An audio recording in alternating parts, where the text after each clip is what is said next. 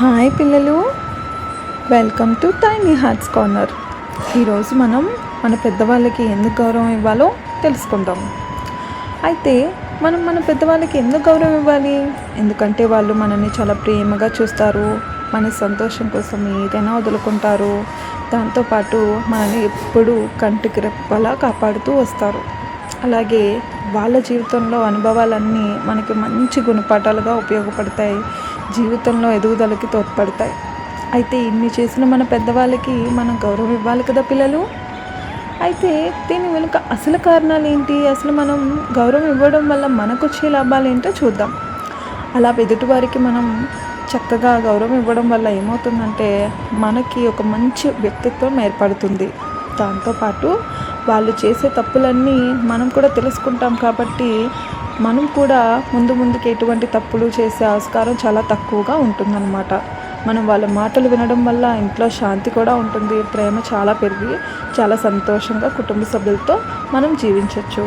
దీంతోపాటు వాళ్ళు చక్కగా మనకి ఏది తప్పు ఏది ఒప్పు అని వివరించి చెప్పగలరు. తల్లిదండ్రుల తర్వాతే మనకి ఎవరైనా. అయితే ఈ గౌరవం అన్నది ఓన్లీ వాళ్ళ మాటలు వినడంలోని మాత్రమే కాదండి, వాళ్ళని కూడా మనం ప్రేమగా చూసుకోవాలి. మన ఇంట్లో ముసలి వాళ్ళు కనుక ఉన్నట్లయితే, అంటే మన అమ్మమ్మలు తాతమ్మలు ఉంటారు కదండి, వాళ్ళు ఉన్నప్పుడు వాళ్ళని మనం చిన్నపిల్లలుగా ఉన్నప్పుడు మనం ఎంత బాగా చూసుకుంటారు కదా, అలానే మనం కూడా ఆ వయసులో ఉన్న వృద్ధులని చాలా చక్కగా చూసుకోవాలి. చాలా ప్రేమగా టైంకి మందులు ఇవ్వాలి, వాళ్ళకి టైంకి ఫుడ్ వాటర్ ఇస్తూ ఉండాలి. అలాగే స్కూల్కి వెళ్తే అక్కడ టీచర్ చెప్పిన మాటలన్నీ చక్కగా విని వాటిని ఫాలో అవ్వాలన్నమాట. దానివల్ల మంచి మార్క్స్ వచ్చి లైఫ్లో తొందరగా మంచి గ్రోత్ని సక్సెస్ని చూడవచ్చు అన్నమాట. ఈ విధంగా పెద్దలకి మనం గౌరవం ఇవ్వడం చాలా మంచిది. అయితే మన పురాణాల్లో కూడా శ్రవణ్ కుమార్ అనే ఒక క్యారెక్టర్ ఉందండి, చాలా ఇంట్రెస్టింగ్ క్యారెక్టర్. ఈ అబ్బాయి చాలా మంచివాడు, వాళ్ళ తల్లిదండ్రులు అంటే చాలా ఇష్టం. కాకపోతే వాళ్ళిద్దరు తల్లిదండ్రులకి కంటి చూపు ఉండదు అనమాట, ఏమీ కనపడదు. కానీ వాళ్ళకి ఎప్పటి నుంచో తీర్థయాత్రలకు వెళ్ళి అన్ని దేవుణ్ణి చూసి రావాలని కోరిక అనమాట. వాళ్ళు కళ్ళు లేవు కదా, చూడలేరు కదా, అంటే వాళ్ళు అనుభూతిని ఫీల్ అవ్వగలరు అనమాట. సో అందుకని తను నడవలేని, అలాగే కంటి చూపు లేని వాళ్ళ తల్లిదండ్రులని ఇలా భుజాల మీద ఫోటో మీద చూపిస్తున్నట్టుగా భుజం మీద ఎక్కించుకొని అన్ని తీర్థయాత్రలు తిప్పి వచ్చాడనమాట. అయితే ఒకరోజు నదిలో వాళ్ళ తల్లిదండ్రుల కోసం మంచినీరు తీసుకెళ్తుండగా దశరథుడు తెలుసు కదండి, మన రామయ్య వాళ్ళ తండ్రి అనమాట. ఆయన ఏం చేశారు, ఏదో లేడిపిల్ల అనుకొని బాణం వేసేశారు. అప్పుడు శ్రవణ్ కుమారుడు చనిపోతాడనమాట.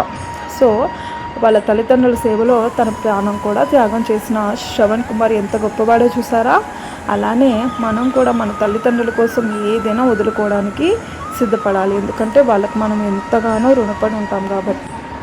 అలాగే ఇంకొక ఇంపార్టెంట్ క్యారెక్టర్ ఉందండి రామాయణంలో, మనకందరికీ తెలుసు, శ్రీరామచంద్రుడు అనమాట. ఆయన దేవుడు ఎందుకు అయ్యాడో తెలుసా మీ అందరికీ?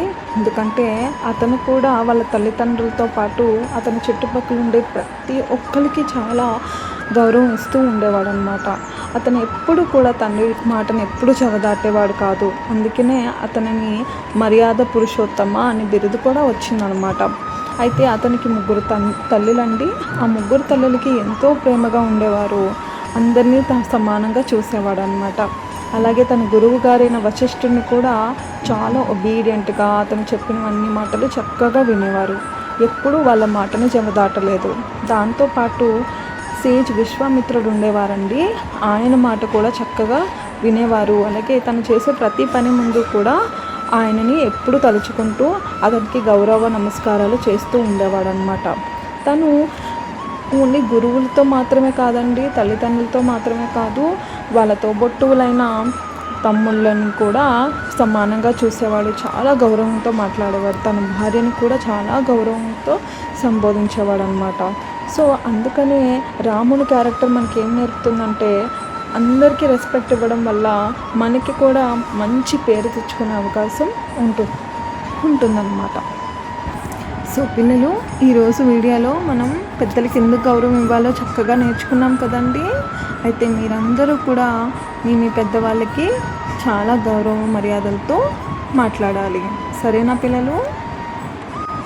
అలాగే మీ అందరికీ వీడియో నచ్చినట్లయితే ప్లీజ్ అందరూ లైక్, షేర్ అండ్ సబ్స్క్రైబ్. ఓకేనా పిల్లలు? Bye bye.